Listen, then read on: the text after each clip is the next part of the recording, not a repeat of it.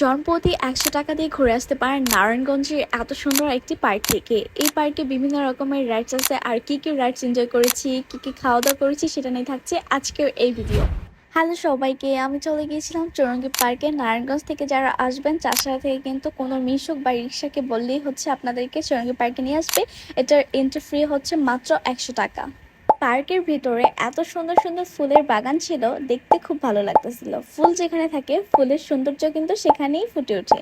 পার্কের ভিতরে বিভিন্ন রকমের রাইড ছিল। আমি আর আমার ফ্রেন্ড তো এই রাইডগুলোতে উঠে খুবই এনজয় করেছি। আর এই রাইডগুলোর প্রাইস ছিল মাত্র ৬০ টাকা থেকে ১০০ টাকা পর্যন্ত। পার্কের ভিতরে আপনারা আইসক্রিমের একটা স্টল পেয়ে যাবেন, যেখানে বিভিন্ন ফ্লেভারের আইসক্রিম ছিল। আমি আমার পছন্দ মতন আইসক্রিম নিয়ে নিয়েছিলাম।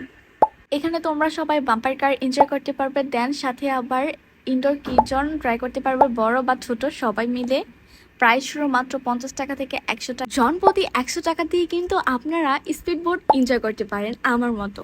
ভাসমান এই জাহাজের ভিতর রয়েছে সুন্দর একটা রেস্টুরেন্ট, যে রেস্টুরেন্টে গিয়ে আপনি মজাদার খাবার আর পাশাপাশি নদীর ভিউ এনজয় করতে পারবেন। পার্কের ভিউ এনজয় করতে করতে নিয়ে নিলাম ফুচকা। ফুচকাটা তেমন ভালো ছিল না, লাচ্ছিটা মোটামুটি ছিল।